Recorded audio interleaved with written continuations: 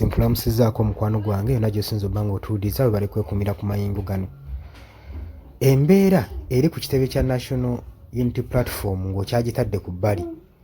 Kati laba ekigenda mu maaso n'embeera eri mu maka ga Robert Kyagulanyi Ssentamu amanyikiddwa nga Bobi Wine mu maka ge e Magere e Kasangati. Olunaku olw'eggulo nakuwadde amawulire nga poliisi esazeeko amaka ga Robert Kyagulanyi Ssentamu ng'egumbye nga tetumanyi nsonga lwaki bali awo.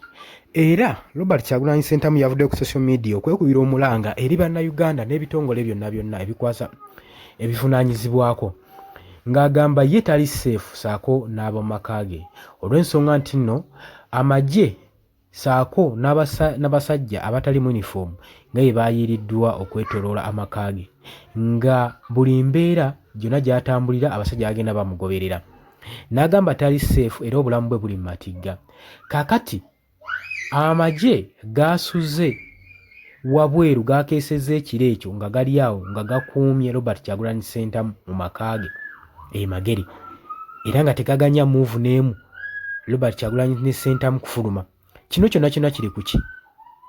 Twandigambye nti nno kyekuusa ku lunaku meeting eyali ku kitebe kya National Unity Platform nga Robert Kyagulanyi Ssentamu alangiridde eri gavumenti okubanga eririizinga Dr. Kizza Besigye saako ne ba political prisoners nga bawadde essaawa 48 nga essaawa 24 nga bwe kitaba ekyo bagenda kulangirira ekiddako mu ggwanga basobole okuba nga badimandinga rights zaabwe nga bo bannayuganda.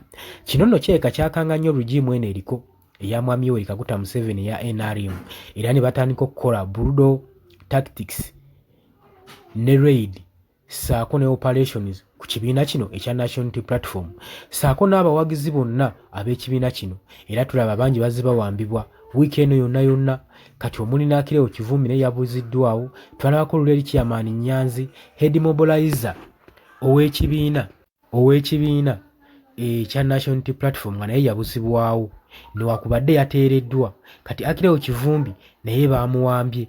Kati byonna ebikola tugenda mu maaso ne tubitunuulira ne tugaa ki ekigenda mu maaso mu ggwanga kuba kakati abasajja bagumbyeko ku maka ga Robert Kyagulanyi Ssentamu bagasazeeko bakeesezza era bakyaliwo. Tetumanyi kigendererwa kyabwe, tetumanyi bigendererwa bya gavumenti. Gavumenti weba ewulira nga obuyinza ebulina ng'era amaanyi g'abantu ekyagayina ereka abantu basalewo beejajingire ku ki ekigenda mu maaso.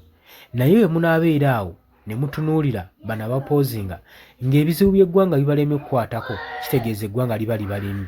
Nze ngamba kifundako ne mutunuulira ebizibu by'eggwanga na bino ne mutunuulira ensonga biva ku ki waki badimandinga embeera eno ne mutereeza butereeza than okuresistinga ku mbeera eyo nga mwagala ebeerewo.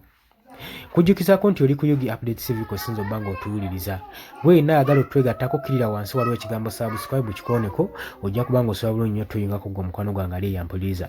Abali mu diaspora mbalamusizzaako nnyo mwebali kwekuumira ku mayungu gano. Mbaagala nnyo mweraba.